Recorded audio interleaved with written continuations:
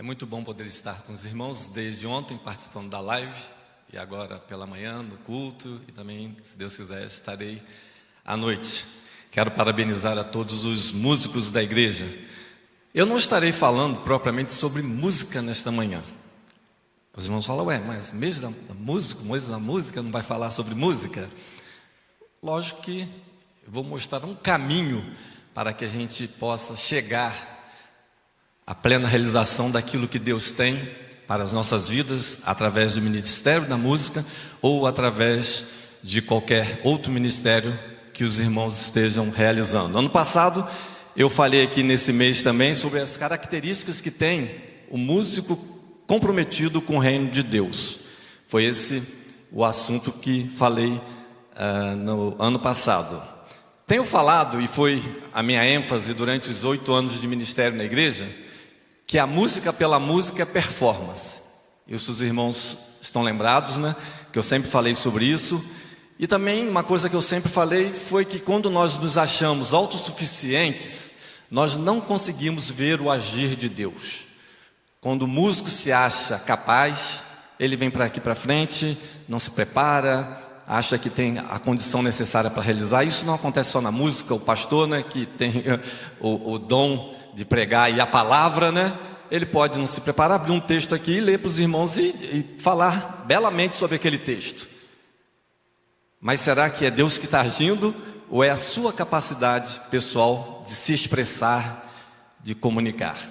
Então são temas que eu tenho falado e falei nesse período de 8 anos. Eu sei da responsabilidade de estar aqui. Os irmãos aprenderam aos pés de Gamaliel, pastor Renato, né? Então, eu sei da responsabilidade que cada um tem, né? Quando vem aqui falar da palavra de Deus e expressar aquilo que Deus tem colocado no coração. E eu estava orando, pedindo a Deus que me desse o assunto para esta manhã. E aí, aconteceu alguma coisa. Não estava no meu esboço. Eu falei assim, eu acrescento isso no meu esboço ou não acrescento? Porque a mensagem já estava pronta, desde segunda-feira, né? Eu já tinha passado o tema para a Deise e para a Jane. E eu falei assim, não, eu vou acrescentar ao meu esboço que me aconteceu de quinta para sexta. Eu estava nessa preocupação, né, com a mensagem, estava lá à noite, de quinta para sexta, estudando. E a responsabilidade era grande de estar falando para os irmãos. E aí quando eu fui me deitar, dormir, eu tive um sonho. Os irmãos não acreditam em sonho, eu tive um sonho, né? Eu já falei aqui, lembra daquele sítio da Vodite que eu fiz aqui? Foi um teatro que a gente fez, eu, Carla, pastor Gabriel hoje, né? Não era pastor na época, e a Helena, nós fizemos aqui um teatro. Aquele teatro foi um sonho que eu tive. E eu acordei e escrevi o teatro todo, e montei o teatro, a gente fez o teatro aqui. Mas aí eu tive um sonho. A minha preocupação era tanta que eu tive um sonho. Eu sonhei que eu fui no encontro de jovens, tá, pastor Léo? Estava no encontro de um sítio, no encontro de jovens, foi uma subida forte para aquele sítio. E aí, quando eu estou parando o carro, já estava atrasado, porque eu custei subir naquele morro, né? A compromisso era tão preocupante, né, que eu custei subir.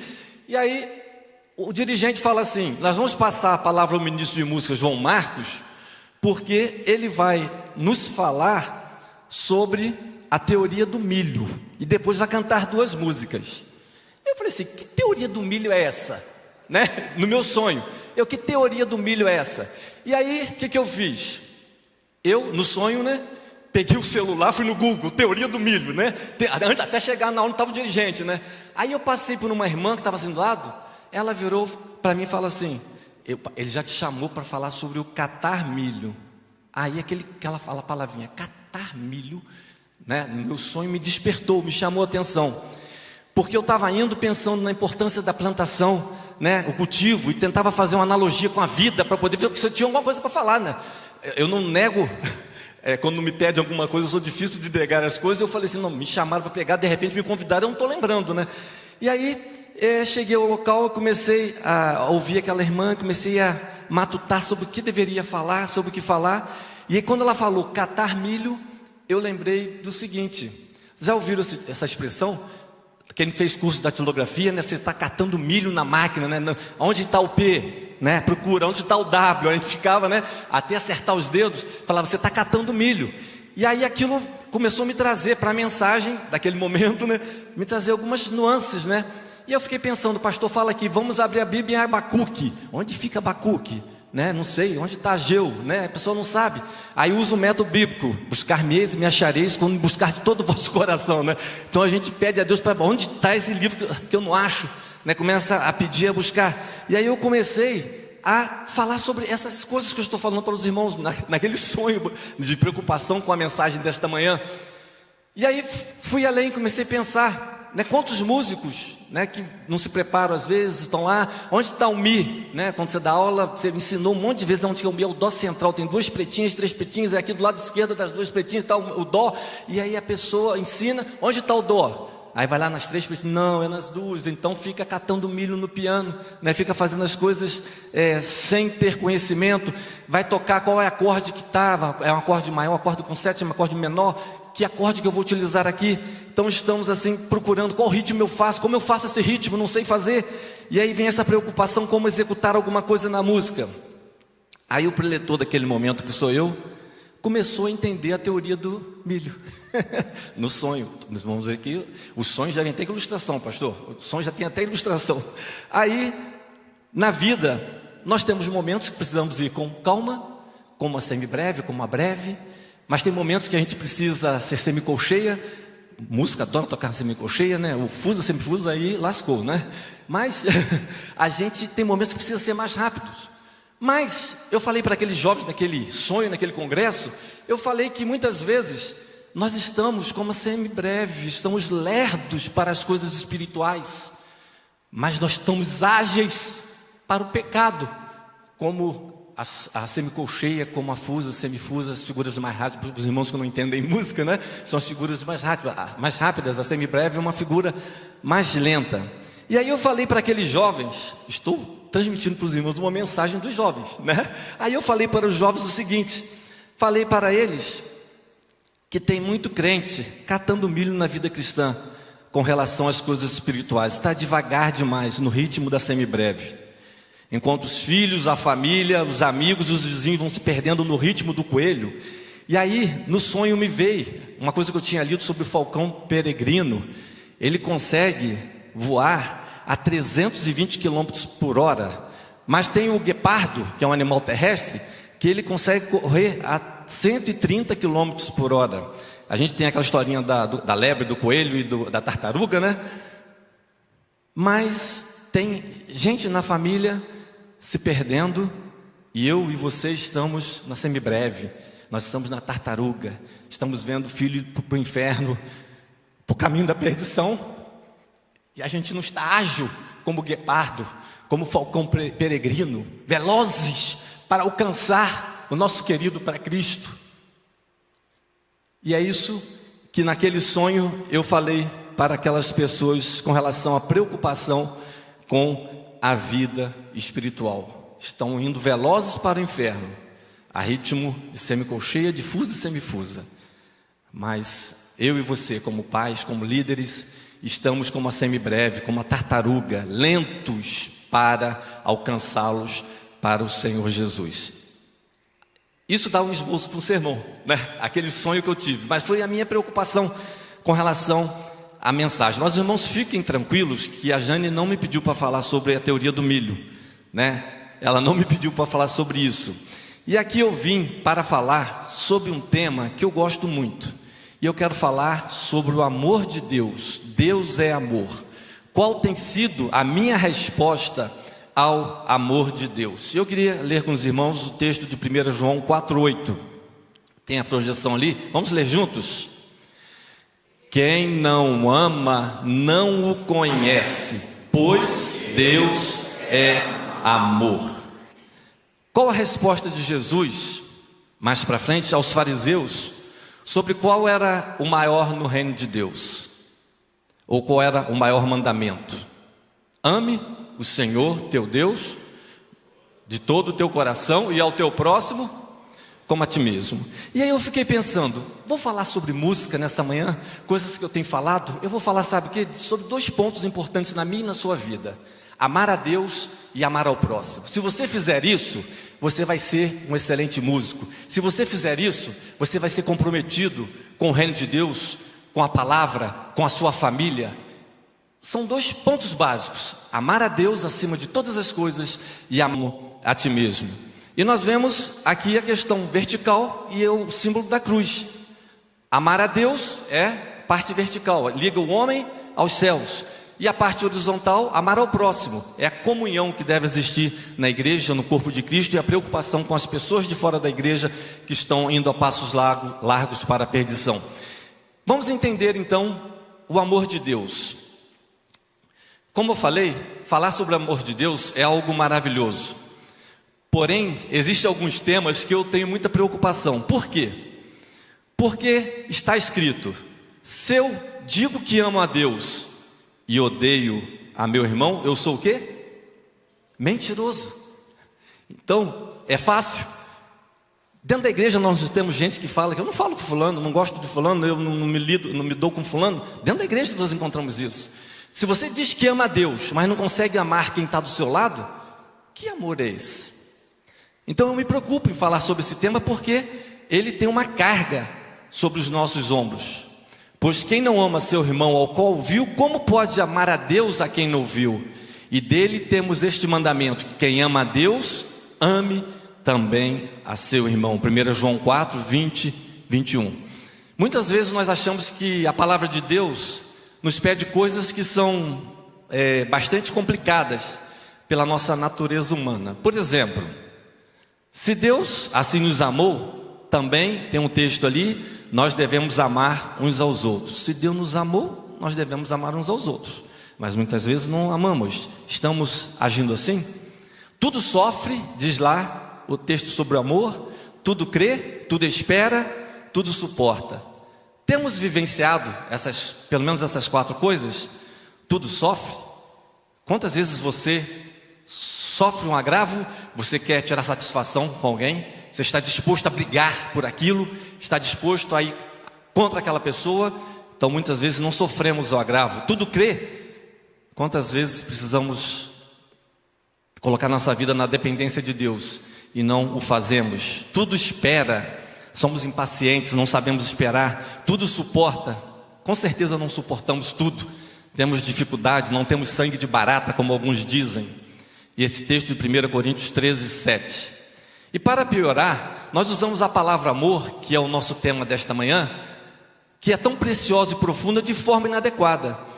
Muitas vezes não conseguimos perceber a plenitude desta palavra e a sua importância no dia a dia. Por exemplo, é um exemplo muito comum: eu amo essa roupa. A gente não fala isso? Eu amo essa roupa, eu amo essa comida. Não existe problema algum em você usar esse termo ou falar assim. Mas se você amar a sua roupa como você ama o seu marido ou a sua esposa, o que você vai fazer? Cansou, você vai descartar, né? Ficou velho, essa roupa, essa esposa, esse marido está muito velho, ou essa roupa está velha, eu vou descartar. Encontramos pessoas que fazem isso. Encontramos gente que está agindo assim nos relacionamentos. Algumas vezes as nossas vidas são marcadas por pessoas que nos ferem nos relacionamentos. Isso acontece até dentro da igreja. A maneira que agimos e reagimos fará grande diferença para vermos o agir de Deus e o seu amor em meio aos conflitos que estamos enfrentando e às situações de atrito. Conta-se certa vez que um garoto chegou em casa zangado, pisando forte, e disse ao seu pai: estou com muita raiva do Lucas, papai. Não é o Lucas, o meu neto, tá bom? É outro Lucas. Ele me envergonhou na escola e agora eu desejo tudo de ruim para ele.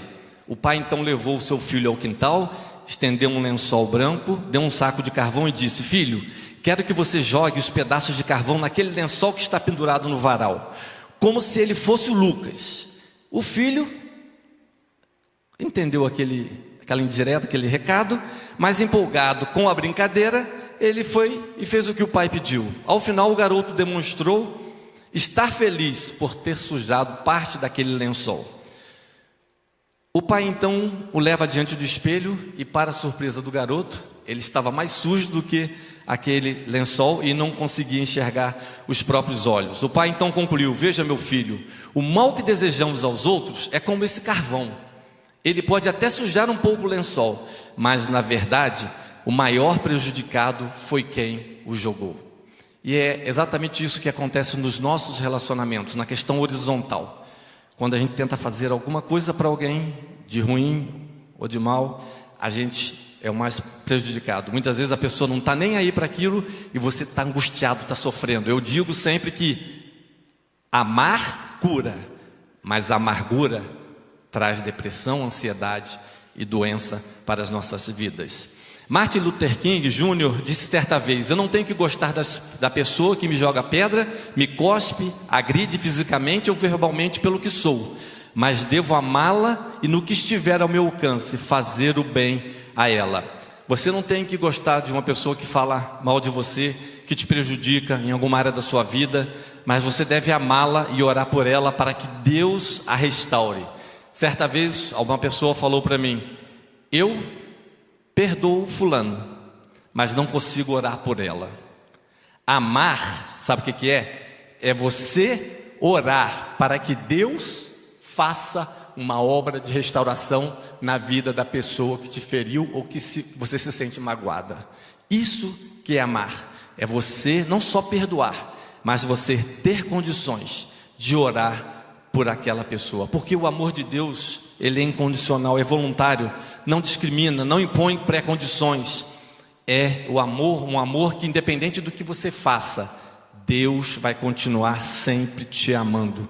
Esse é o amor pelo qual nos ama. Deus nos ama, um amor amável, imutável e sacrificial. Tanto é que Ele enviou o seu Filho para morrer por nós na cruz. Quem é Deus para você na sua experiência de vida?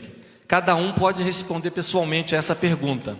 Eu posso dizer que não existe outro Deus além do meu Deus, do nosso Deus. Existe um cântico que a gente canta aqui que fala sobre isso. Deus é o nosso Criador, Ele fez todas as coisas, fez o céu, a terra, a natureza, tudo que você olha, Ele fez. Eu chego no terraço da minha casa, eu olho para a natureza. O pastor Renato sempre fala aqui das serras que a gente não olha, não dá valor, né? Eu chego no terraço da minha casa, eu olho e falo: Senhor Deus, que lua bonita, que estrela, que criação, que montanhas. Eu faço uma oração de louvor a Deus no terraço da minha casa, olhando para a natureza. Deus é como um pai também, Ele nos ama de forma sem igual, sem comparação. Eu costumo dizer que só quando você passa a ser pai é que você entende o amor de Deus, muitas vezes com relação a entregar o seu próprio filho. Qual pai, qual um de vocês aqui são pais ou mães que dariam o seu filho para morrer por uma pessoa? Não daria para morrer por um outro familiar, quanto mais por um pecador como eu e como você. E Deus fez isso.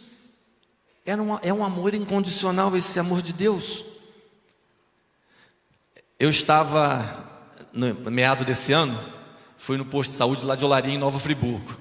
E tem uma irmã da igreja, que é enfermeira lá da segunda igreja, eu tenho frequentado lá, né? Alguns irmãos perguntam: você está onde? Eu falei assim: não, eu sou membro aqui, eu e a Júlia, né? Mas nós estamos frequentando lá na segunda igreja, porque é em frente à minha casa.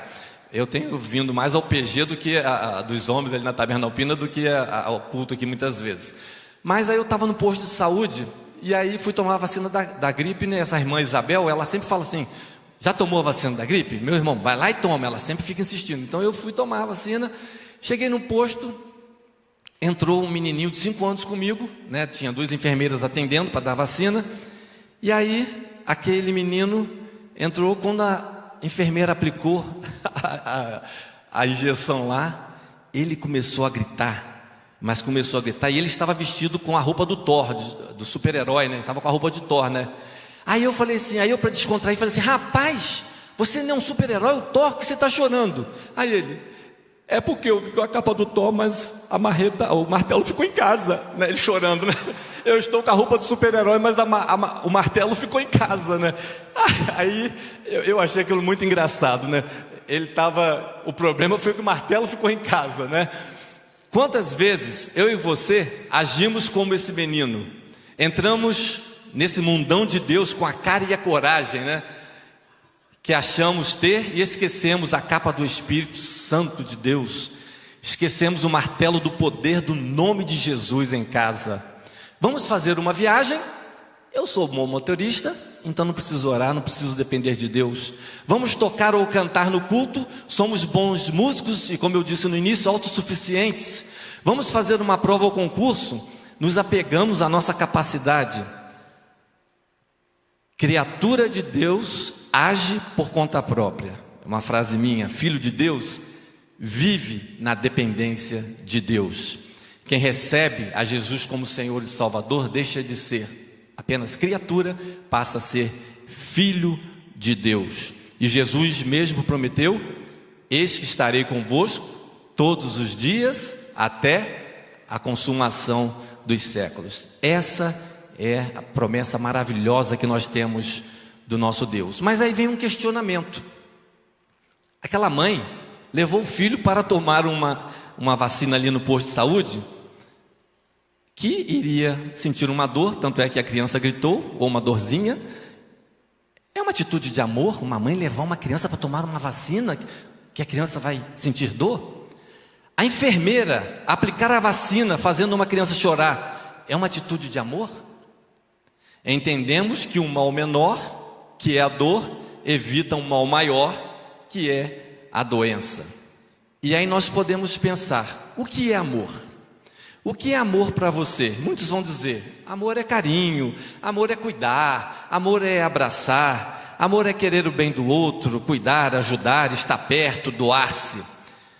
Oséias de Paulo, em uma de suas canções, ele dizia: o amor é tudo, feliz é quem ama, não há barreiras para conter sua chama. O amor é bálsamo na triste lida, o amor é mais, também é paz, o amor é vida. Depois me dá um bombonzinho também, tá? Não me dá uma oportunidade, eu tenho que vir aqui cantar, tá, meus irmãos? Desculpem, né? Oséias de Paulo já falava isso. Como os meus pais agiam no cuidado doméstico. Lá em casa nós éramos 8 filhos, somos 7. Tem um irmão que está internado aqui no Hospital São José, pastor Josué, né? Orem por ele, se puderem, se lembrarem.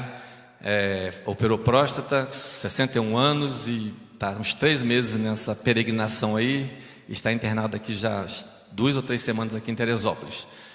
Mas o meu pai fazia assim: nascia um filho em casa e nós, os mais velhos, víamos com 2 dias de vida. Estava lá no culto doméstico, que era realizado todos os dias, né? Os antigos faziam isso, os mais novos não fazem mais o culto doméstico, né? Meu pai chegava assim: minha mãe, Deus é amor. Cada um falava um versículo, e quando era o menorzinho, que não sabia falar e não tinha condições de falar, enquanto não soubesse, o versículo era Deus, puxava a boquinha assim: Deus é amor. E depois nós cantávamos 3 palavrinhas só, eu aprendi de cor, Deus é amor, tralalalalalalala. Bombonzinho para todo mundo. Muito bem. Olha que texto maravilhoso nós temos de Oséias 11, 3 e 4. Eu achei esse texto, estava fazendo minha meditação esses dias, e ele assim, saltou sobre os meus olhos. Vamos ler junto? Vamos ler Oséias? Mas fui eu que ensinei o meu povo a andar, eu os segurei nos meus braços, porém eles não sabiam que era eu que cuidava deles. Com laços de amor e de carinho eu os trouxe para perto de mim, eu os segurei nos braços como quem pega um filho no colo. Eu me inclinei e lhes dei de comer. Conseguem perceber a beleza desse texto? Você que é pai e mãe, consegue perceber? Eu que cuidava de vocês, com laços de amor, carinho, segurei nos braços, pega no colo, me inclinei. Deus se inclinar, né? Não sou eu como pai me inclinar, não, é Deus na sua soberania se inclinar sobre eu, sobre mim, sobre você, para nos dar e nos mostrar esses gestos maravilhosos de amor. Que coisa linda esse texto de Oséias. Meu pai, no final da vida, no início das nossas vidas, ele ensinava a Deus amor. No final da vida, ele estava num leito de hospital, e a situação dele foi muito parecida com a da Carla. Fiquei com o papai 45 dias, ali na Unimed em Friburgo. Carla foram 43 dias. Foi muito parecido. Papai não sabia o que tinha, no hospital descobriu que estava com mieloma múltiplo, que é câncer na medula. Fez um exame e levamos para o Rio para ver a doença, aí que descobriu, precisou fazer o exame, uma biópsia. Carla também, mesma coisa, fez uma biópsia dos rins, foi muito parecido. Mas no final da sua vida, meu pai, eu estava ali com ele, foi o último momento lúcido dele. E aí ele me pede uma caneta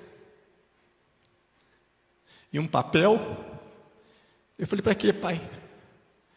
Eu quero deixar uma mensagem. E aí ele diz, escreve com letra tremida: Deus é amor. O versículo que ele nos ensinou no início das nossas vidas, ele deixou também no final da sua vida. Dali ele foi para a UTI e não voltou mais. Deus nos ama de várias maneiras. Eu queria destacar algumas maneiras. Primeiro, Deus nos criou como pessoas especiais. Não deixe que ninguém fale que você não é especial. Principalmente as crianças. Muitas vezes nós forçamos a barra com eles, né? E acabamos não dando condições de eles fazerem. Você não pode fazer isso, você não tem condições. E a criança vai se aniquilando. Então você é especial para Deus. Você pode fazer, pode realizar. Está estudando música? Continue. 1 Tiago 1,5 diz: se algum de vós tem falta de sabedoria, peça a Deus, porque a todos dá liberalmente, não lance rosto se ele é dado. Peça, porém, com fé, não duvidando, porque o que duvida é semelhante à onda do mar que é lançado de uma para outra parte. Então, peça sabedoria a Deus, e Deus, você é uma pessoa especial, Deus vai te dar condições. Não sei se você já percebeu, em Jó 37,7, nós temos um texto na Bíblia, na versão do João Ferreira de Almeida, que diz: ele sela a mão de todos os homens. Aqui aparece a primeira questão da digital na Bíblia. Ele sela as mãos de todos os homens. Nós temos um selo aqui, cada um tem, de especial. Está lá já em Jó 37,7. O homem descobriu isso muito mais tarde e lá já fala sobre isso. A segunda maneira, Deus cuida da gente todos os dias. Deus está sempre nos protegendo, cuidando quando estamos tristes, doentes ou passando por algum problema. E aí a gente destaca a figura de Deus como um pastor amoroso que cuida das ovelhas. O que me faz refletir é o seguinte: a ovelha, quando é repreendida, sabe o que ela faz? Ela chora. O bode, quando ele é repreendido, sabe o que ele faz? Ele agride. Essa é a diferença do bode da ovelha e da ovelha do bode. A natureza da ovelha é ser mansa. O bode, a natureza dele é ser revoltado. A ovelha não consegue viver longe do rebanho. O bode fala assim: não, eu posso ficar em casa vendo um culto, não preciso ter comunhão com os irmãos, não preciso cantar, não preciso louvar, não preciso adorar. O bode fica em casa, tá? Desculpa você que está em casa, que de vez em quando vem, hoje está lá por algum motivo, mas se você tem feito isso, estar em comunhão com os irmãos é ser ovelha.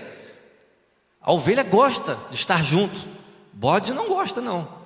Então, se você é ovelha de Jesus, venha para a casa de Deus participar do culto, venha estar aqui junto com os irmãos. Precisamos ter esse cuidado.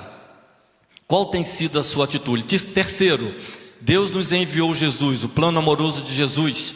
O homem no pecado, ali no jardim do Éden, quando Deus fala, não podia provar da árvore da ciência do bem e do mal.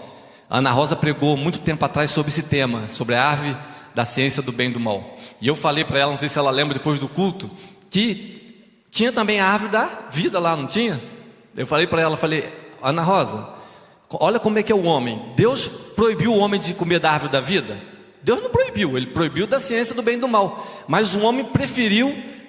Se o homem tivesse provado da árvore da vida, que hoje simboliza Jesus, né? Os teólogos aí, eu não sou teólogo, né? Que poderiam falar melhor sobre isso. Se o homem tivesse provado da árvore da vida, estaria lá no jardim do Éden até hoje. Mas nós temos a tendência para o mal, né? E aí a gente foi lá na árvore da ciência do bem e do mal, que Deus havia falado para não comer, e o homem acabou comendo. Isso dá um sermão sobre essa questão da árvore da ciência do bem e do mal e a árvore da vida. Infelizmente o homem foi enganado. Ele achou que poderia ser igual a Deus. Hoje tem muita gente achando que pode ser igual a Deus. Ele é talentoso, e aí ele tem o seu talento na música, o seu dom, e aí recebe a honra que deveria ser de Deus. Humanamente nós elogiamos, alguém toca bem, alguém canta bem, alguém fala bem, nós humanamente elogiamos. E a nossa resposta deveria ser: graças a Deus, o talento vem de Deus, é Deus que me concede essa oportunidade. Barnabé e Paulo foram chamados de deuses, Júpiter e Mercúrio. E eles fizeram o quê? Eles rasgaram as suas roupas. Porque eles não se consideravam deuses. Mas infelizmente, no ministério, infelizmente, nas nossas igrejas tem muita gente achando que é Deus e que pode receber a honra que só a Ele é devida. Como podemos mostrar o amor de Deus? Podemos mostrar o amor de Deus com uma atitude simples, sendo gentis com os amigos, familiares, ajudando quem precisa, orando e agradecendo a Deus todos os dias, dividindo com o próximo e principalmente com o irmão da fé as bênçãos que têm vindo da parte de Deus para cada um de nós e as nossas vidas. Irmãos, quantas bênçãos nós recebemos do Senhor. E aí é um momento de você retribuir. Se é uma bênção financeira, se Deus te abençoa financeiramente com alguma coisa, por que você não pensa assim: quem que eu poderia ajudar na igreja, né, que eu poderia amenizar aquela situação dele e abençoar? Ninguém precisa estar sabendo, é você com a pessoa e você com Deus. Mas nós somos como? A gente tem a bênção, a gente retém a bênção e a gente não compartilha a bênção do Senhor. E eu gostaria de destacar alguns textos com os irmãos. Vamos amar como Deus ama. Oséias: Deus diz que o amor de vocês é passageiro. Oséias 6:4. Deus diz: eu quero que vocês me amem. Deus está dizendo também: semeiem a justiça e colham as bênçãos que o Senhor produzirá. Oséias orienta: faça o que é bom, certo, e confie no Senhor. Vou contar rapidamente duas ilustrações. O tempo está voando, né? Preciso correr. Eu já falei algumas vezes creio que eu já falei aqui sobre essas duas ilustrações. Meu tio na roça tinha um papagaio que assobiava o hino nacional, que era uma beleza. E aí eu, criança, fui para participar do sítio como criança lá, e o papagaio assoviava o hino, eu assoviava, mas em outro tom. Uma semana que eu fiquei lá, o papagaio não sabia mais cantar o hino nacional, né? Ele já estava cantando só uma florzinha de Jesus. Porque ele já não sabia o tom que ele pegava. Se era que o meu tio tinha ensinado, eu como criança, não era músico naquela época, então eu assoviava para ele. O que eu fiz? João Marco fez? Foi uma má influência para aquele papagaio. Uma outra vez, meu tio lá em Campos tinha uma oficina, e para evitar que ladrões entrassem na oficina, tinha um pastor alemão lá. Eu tinha meus 7, 8 anos de idade, e aí eu ficava brincando com aquele cachorro na rua, lá no Parque Nova Brasília, e o cachorro falava assim: pega, pega. O cachorro saía correndo: pega, pega, pega. Uma hora eu falei: pega. O que aconteceu? O carro pegou o cachorro, não foi o cachorro que pegou o carro. Não deve-se fazer isso. Quem foi má influência para aquele cachorro? Foi eu, né? Muitas vezes a gente também tem esse tipo de atitude nas nossas ações, em tudo aquilo que a gente faz. A gente acaba sendo má atitude para as pessoas que estão ao nosso redor, para aquelas pessoas que estão ao nosso lado. E nós precisamos ser exemplo dos fiéis, já diz a palavra, e é um gesto também de amor que deve existir.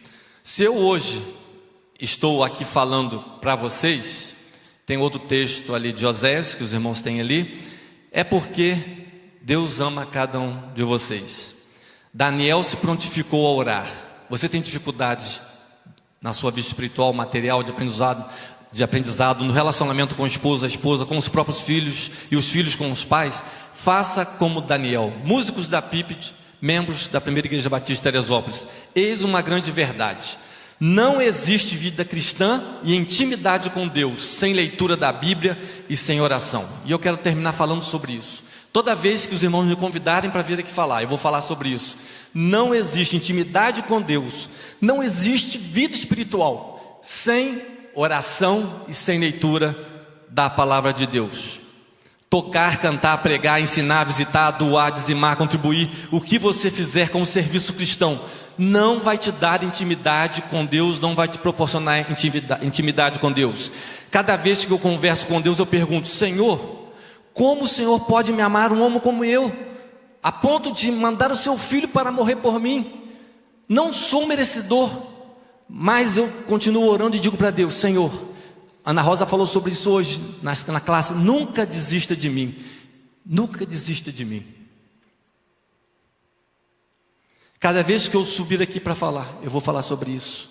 Todo dia, quando me levanto e desço as escadas da minha casa, eu desço cantando assim: leia a Bíblia e faça oração, faça oração, faça oração. Leia a Bíblia e faça oração, se quiser crescer, se quiser crescer, se quiser crescer. Leia a Bíblia e faça oração, se quiser crescer. Você sabe por que eu faço isso?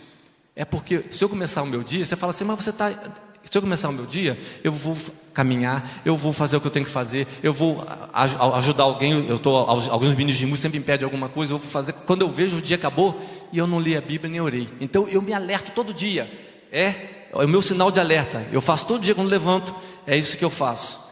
Desde que eu fiquei internado uma semana com Covid, na época eu estava aqui em Teresópolis, 2021, desde que eu fiquei internado ali na Unimed, eu tomei um propósito na minha vida. Eu levanto toda a madrugada para orar. E oro pelas pessoas, pelas necessidades. Tenho orado pela Neide, pelo Paulo, tenho orado pelo Gilber agora na sua recuperação. Eu tenho orado por várias pessoas. Eu já falei aqui que eu costumo orar de A, quando eu estava aqui, eu orava de A a Z e oro pelos irmãos. Eu vou lembrando os nomes de A, né? Começo lembrando quem é A, quem é B e vou falando, lembrando os irmãos que me vêm à cabeça naquela letra alfabética. E esses dias falando na segunda igreja, após a saída do culto, uma irmã, a esposa de um pastor, chegou para mim e falou assim: João Marcos, lembre o seguinte, antes de Z tem T de Tereza. Ela falou para mim. E aí, isso foi domingo. Na segunda-feira de manhã, 4 horas da manhã, quando eu fui orar, me ajoelhei para orar, aquela frase veio na minha cabeça: quando orar, lembra que antes de dizer veio o T de Tereza. Como é importante a gente estar orando um pelos outros, como é importante a gente estar buscando em Deus a solução para o problema que alguém está passando. Me chamou a atenção específica de Jesus por Pedro: mas eu roguei por ti, para que tua fé não desfaleça. Eu roguei por ti. Você sabia que tem alguém orando por você? Você sabia que tem alguém intercedendo por você? Tem uma certeza na minha vida, e ela está nessa canção.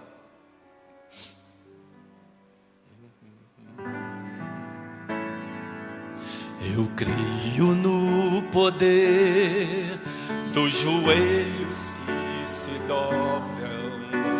Eu creio no poder da oração. Eu creio no poder das mãos que se levantam. Eu creio no poder da oração. Vou levar meus problemas para Deus, entregar meus problemas para Deus, abençoar minha família, minha casa, meus irmãos, pois eu creio no poder da oração. Eu creio no poder da oração. Você também crê nisso? Oração é uma palavra que tem orar e ação. Eu oro por meu familiar, mas eu falo do amor de Deus para ele. Eu oro pela paz mundial, mas eu procuro estar em paz comigo mesmo. Eu procuro a paz dentro do meu lar. Ou eu sou alguém briguento que só quer arranjar confusão. Eu oro pela comunhão da igreja, mas eu procuro vivenciar essa comunhão vindo à igreja, como eu falei aqui da ovelha e do bode. Eu oro por sabedoria, mas será que eu busco crescer no conhecimento da graça de Deus por meio do estudo? Vocês já ouviram a história de Jonas? Jonas estava preocupado com ele, com a boboreira, mas Deus estava vendo que tinha naquela cidade 120 mil crianças. E eu acho interessante esse texto que Deus viu também que tinha animais, até pelos animais Deus teve misericórdia. Nós vemos as pessoas indo para o inferno, mas estamos preocupados com a nossa vida e não estamos preocupados com o reino de Deus.